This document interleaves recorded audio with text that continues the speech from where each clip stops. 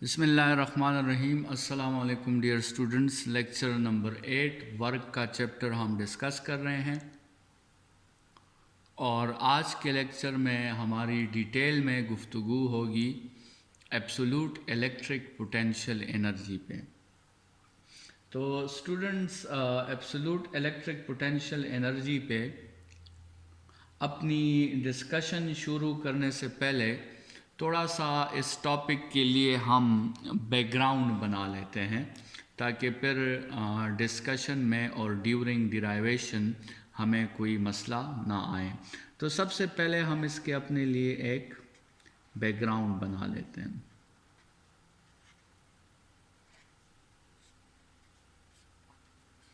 ठीक है। देखिए, हमने कहा था कि ये एब्सोल्यूट का वर्ड जो है ये हम तब यूज़ करते हैं जब हमारी मेजरमेंट्स जो है मेजरमेंट का जो रेफरेंस है वो ज़ीरो से स्टार्ट लें। जब मेजरमेंट का रेफरेंस ज़ीरो से स्टार्ट ले तो उस वक्त हम वर्ड यूज़ करते हैं एब्सोल्यूट का। तो एब्सोल्यूट ग्रेविटेशनल पोटेंशियल एनर्जी का मतलब होगा, एब्सोल्यूट ग्रेविटेशनल पोटेंशियल एनर्जी का ज़ाहिरी अंदाज में मतलब ये होगा कि measuring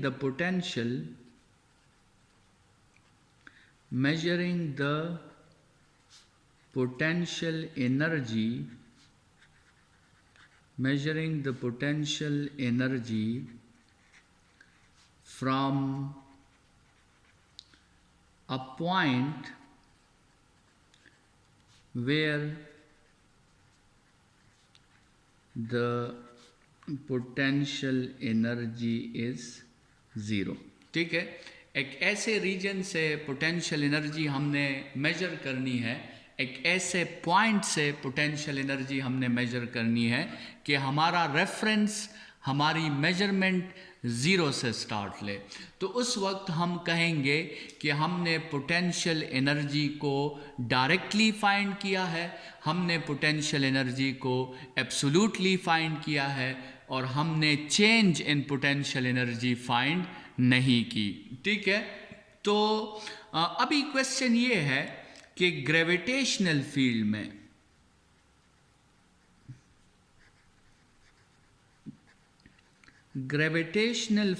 में ये ज़ीरो पोटेंशियल एनर्जी वाला पॉइंट कौन सा है?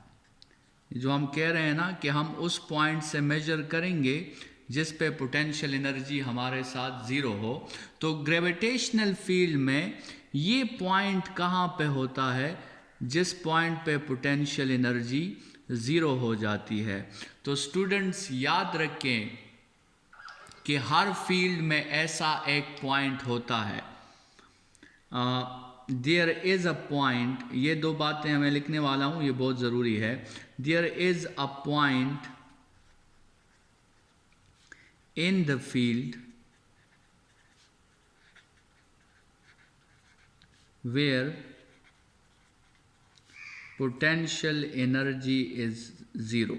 फील्ड के अंदर ऐसा पॉइंट होता है जिस पे पोटेंशियल एनर्जी हमारे साथ ज़ीरो होती है। और ये भी याद रखें कि every point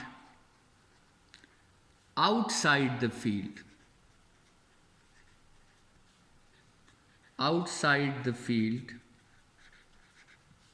has potential energy also zero. Field के अंदर एक पॉइंट इस तरह होता है जिस पे पोटेंशियल एनर्जी आपकी ज़ीरो होती है और फील्ड के बाहर हर पॉइंट पर पोटेंशियल एनर्जी ज़ीरो होती है। तो इसका मतलब ये हुआ कि एब्सोल्यूट ग्रेविटेशनल पोटेंशियल एनर्जी को आप या तो फील्ड के अंदर से स्टडी करोगे या आप फील्ड के बाहर से स्टडी करोगे। अगर आप उसको फील्ड के अंदर से स्टडी करना चाहते हो तो उसके लिए आपके साथ सिर्फ एक ही पॉइंट होगा, आपने उसी पॉइंट से उस पोटेंशियल एनर्जी को स्टडी करना है।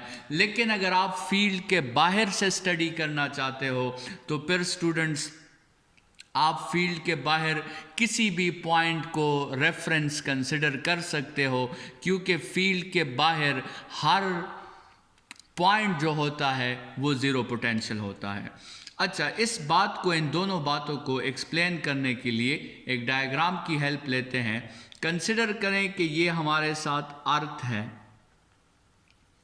ये अर्थ है और ये अर्थ की ग्रेविटेशनल फील्ड है हमारे साथ। This is the gravitational field of earth. ठीक है स्टूडेंट्स, अभी आप क्या करना चाहते हैं कि आपके साथ कंसिडर करें कि यहाँ पे एक बॉडी पड़ी हुई है और आप इस बॉडी की absolute gravitational potential energy find करना चाहते हैं। एब्सोल्यूट ग्रेविटेशनल पोटेंशियल एनर्जी, तो या तो फील्ड के अंदर से आप इसे फाइंड करेंगे या फील्ड के बाहर से आप इसे फाइंड करेंगे। फील्ड के अंदर से जब आप फाइंड करेंगे तो आप फील्ड के अंदर वो एक पॉइंट कंसिडर करेंगे जिस पे आपके साथ पोटेंशियल एनर्जी ज़ीरो होती है, और स्टूडेंट्स वो है सेंटर ऑफ अर्थ। ठीक है, लेकिन जैसे हमने कहा ऑलरेडी कि सेंटर ऑफ अर्थ तक तो हम पहुंच नहीं सकते, तो हम सरफेस ऑफ अर्थ को फिर ज़ीरो पोटेंशियल पे कंसिडर करते हैं। तो फिर ज़ीरो पोटेंशियल क्या हो गया? सरफेस ऑफ अर्थ हो गया। और स्टूडेंट्स आपने क्या करना है, आपने बॉडी को सरफेस ऑफ अर्थ से उस पॉइंट तक पहुंचाना है।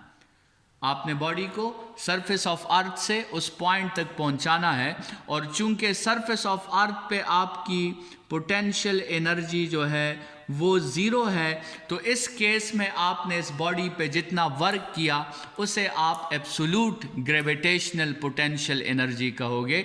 लेकिन ज़रूरी नहीं कि आप उस पोटेंशियल एनर्जी को फील्ड के अंदर से डिफाइन करो, आप उसको फील्ड के बाहर से भी डिफाइन कर सकते हो। और फील्ड के बाहर लेट्स सपोज ये एक पॉइंट ए है, ये एक पॉइंट बी है और ये एक पॉइंट सी है। तो फील्ड के बाहर तो हर पॉइंट ज़ीरो पोटेंशियल पे होता है। या बॉडी को ए से इस पॉइंट की तरफ ले आएं, या बॉडी को बी से इस पॉइंट की तरफ ले आएं, या बॉडी को सी से इस पॉइंट की तरफ ले आएं, और इस केस में आपने जितना वर्क किया होगा उसे आप क्या कहोगे? उसे आप कहोगे एब्सोल्यूट इलेक्ट्रिक पोटेंशियल एनर्जी। ठीक है, तो आप फील्ड के अंदर से अगर पोटेंशियल एनर्जी डिफाइन करना चाहते हैं, absolute gravitational potential energy define करना चाहते हैं, तो फील्ड के अंदर से आप उसे ऐसे डिफाइन करेंगे कि it is the work done from the surface of the earth to a point. ठीक है, from the surface of the earth to a point. Let's suppose ये पॉइंट लेट्स सपोज हमारे साथ है डी, हम इसको पॉइंट डी तक पहुंचाना चाहते हैं। और अगर आप उसको जो है फील्ड के बाहर से डिफाइन करना चाहते हैं तो it is the work done from infinity पर आप कहोगे। इन्फिनिटी मतलब एक ऐसा पॉइंट जो फील्ड से काफ़ी दूर है, मतलब वो फील्ड के बाहर है, तो आप कहोगे कि it is the work done from infinity to a point. ठीक है, या तो आपने सरफेस से पॉइंट की तरफ जाना है या आपने इन्फिनिटी से उस पॉइंट की तरफ आना है। तो दोनों केसेस में आपका रेफरेंस जो होगा, दोनों केसेस में आपका रेफरेंस ज़ीरो होगा।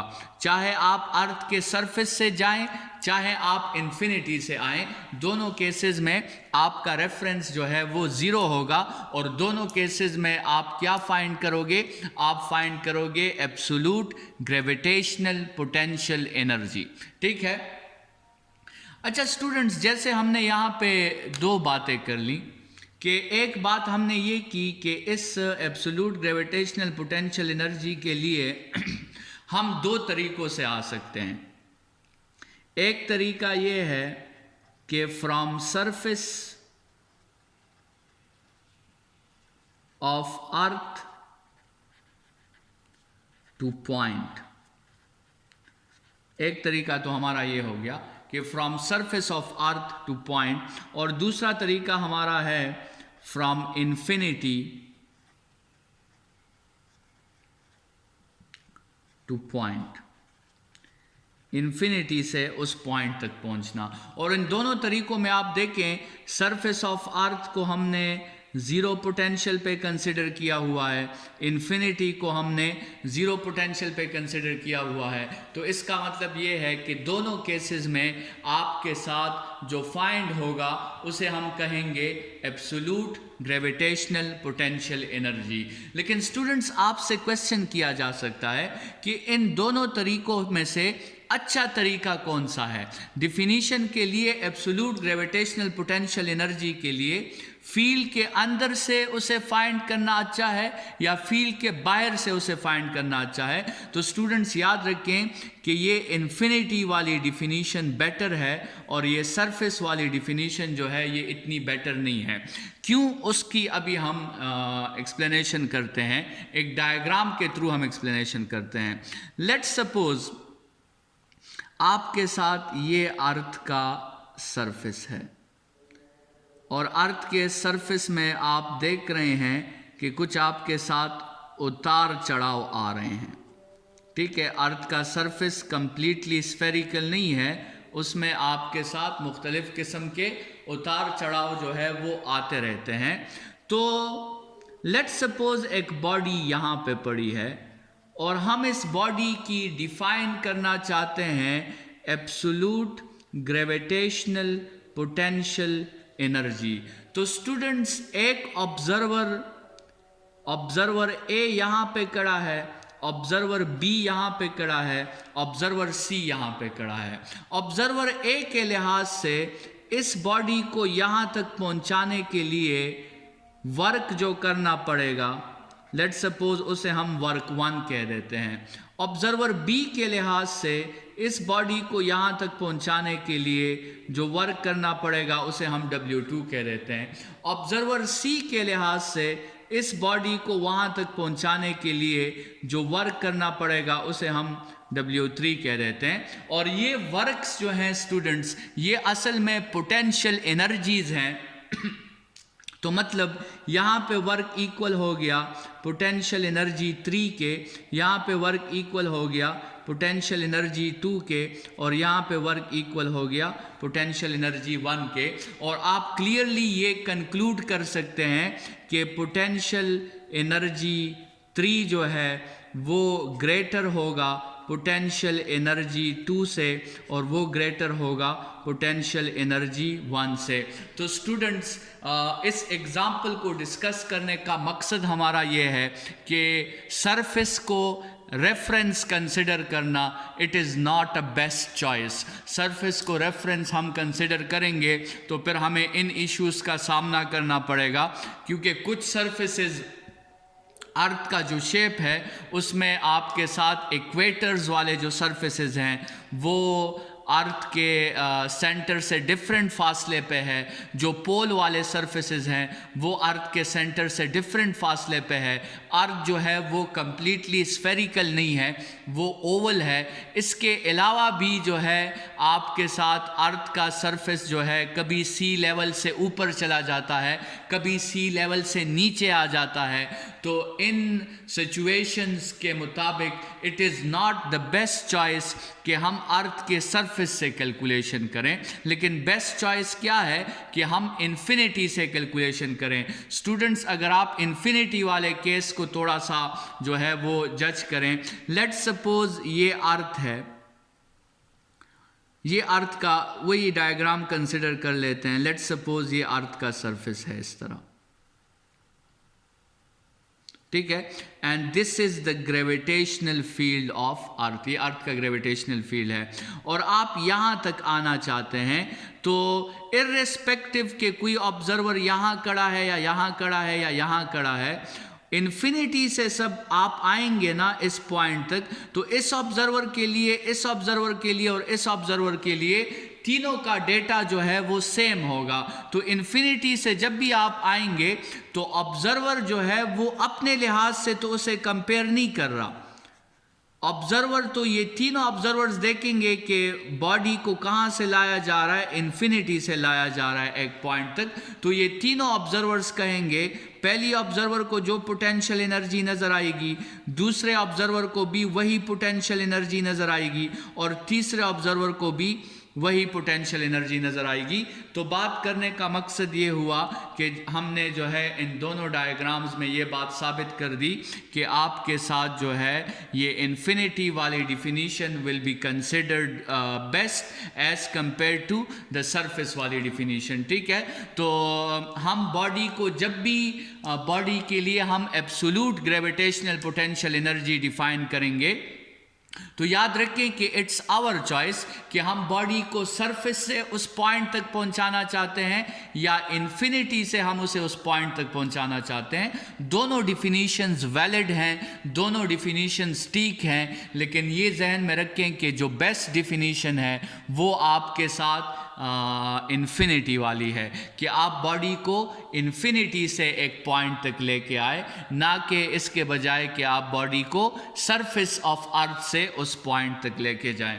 स्टूडेंट्स, ये थोड़ी सी हमने बैकग्राउंड जो है वो बना ली है, और इस बैकग्राउंड बनाने के बाद हम एब्सोल्यूट ग्रेविटेशनल पोटेंशियल एनर्जी को डिफाइन करना चाहते हैं। Absolute gravitational potential energy at a point inside field।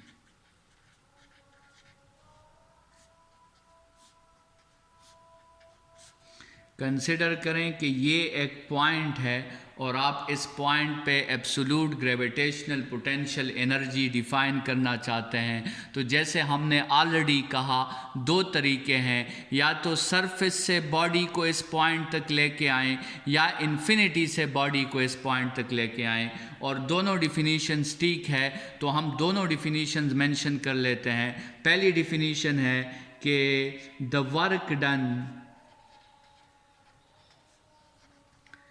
work done by bringing a body from infinity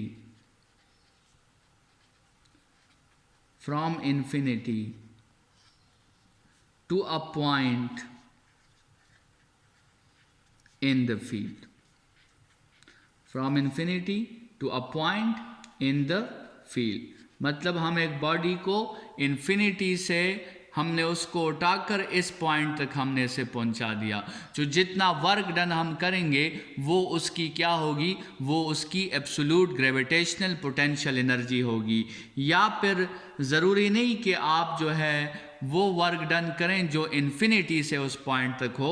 आप इस तरह भी डिफाइन कर सकते हैं कि the work done by bringing a body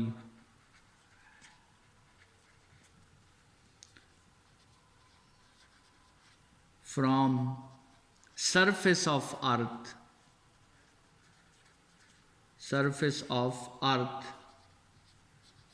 to the point।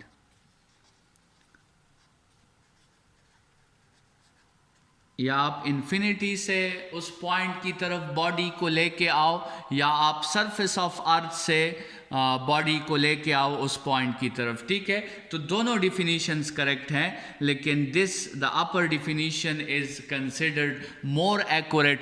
इसमें जो है कन्फ्यूजन के चांसेस नहीं हैं। इस लोअर डिफिनीशन में कन्फ्यूजन के चांसेस हैं, क्योंकि कुछ सरफेसेस जो हैं वो ऊंचाई पे होती हैं और कुछ सरफेसेस जो हैं वो उतराई पे होती हैं। तो आपके साथ सरफेसेस हमेशा सेम नहीं होती, इसलिए इस सेकंड कंडीशन जो सेकंड डिफिनीशन है उसमें कन्फ्यूजन है।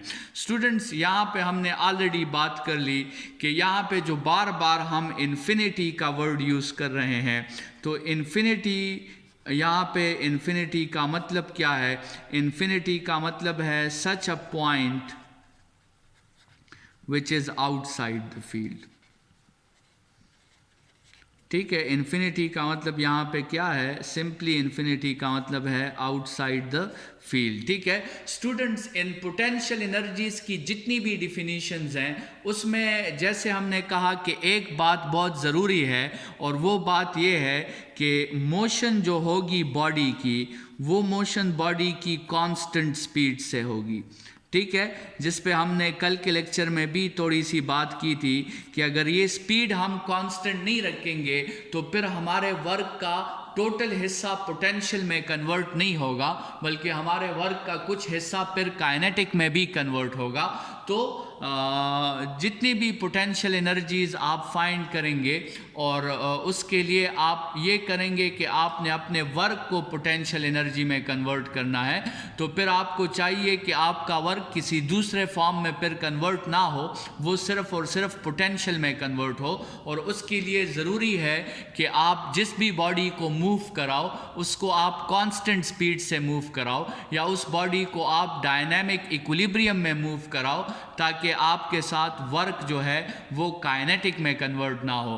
क्योंकि स्टूडेंट्स, अगर स्पीड चेंज हो गई तो आपके साथ जो है स्पीड को चेंज होने से काइनेटिक एनर्जी भी आपके साथ चेंज हो जाएगी।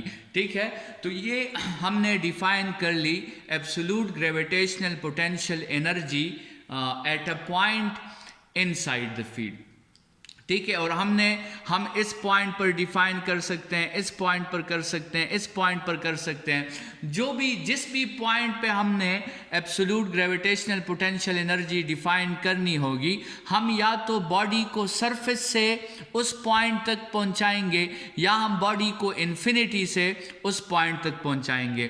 फिर स्टूडेंट्स, अगर आपसे कोई कहे कि find the absolute gravitational potential energy at the surface of अर्थ, ये तो हमने एट अ पॉइंट फाइंड कर ली। अगर आपसे वो कोई कह दे कि find the absolute potential energy at this point, तो स्टूडेंट्स इसकी भी फिर दो डिफिनीशंस हैं। या तो आप उस बॉडी को सरफेस से इन्फिनिटी तक पहुंचा दो, और या उस बॉडी को इन्फिनिटी से दोबारा सरफेस पे ले आओ। ठीक है, so absolute gravitational potential energy at the surface of earth होगी कि bringing a body from surface of earth to infinity, और bringing a body from infinity to surface of earth. तो स्टूडेंट्स, आज का लेक्चर फ़िलहाल हम इसी जगह वाइंड अप कर देते हैं। कल के लेक्चर में इसी एब्सोल्यूट ग्रेविटेशनल पोटेंशियल एनर्जी की डिराइवेशन जो है वो हम करेंगे, जो आपके लॉन्ग क्वेश्चन के लिए इंतहाई इम्पॉर्टेंट डोमेन है। ठीक है, तो कल हम absolute electric potential energy at the surface of अर्थ की डिफिनीशन, उसका मैथमेटिकल फॉर्म, और फिर उस मैथमेटिकल फॉर्म को हमने डिराइव करना है। आज के लेक्चर के लिए इतना ही। अपना बहुत ख्याल रखिएगा। Thank you students.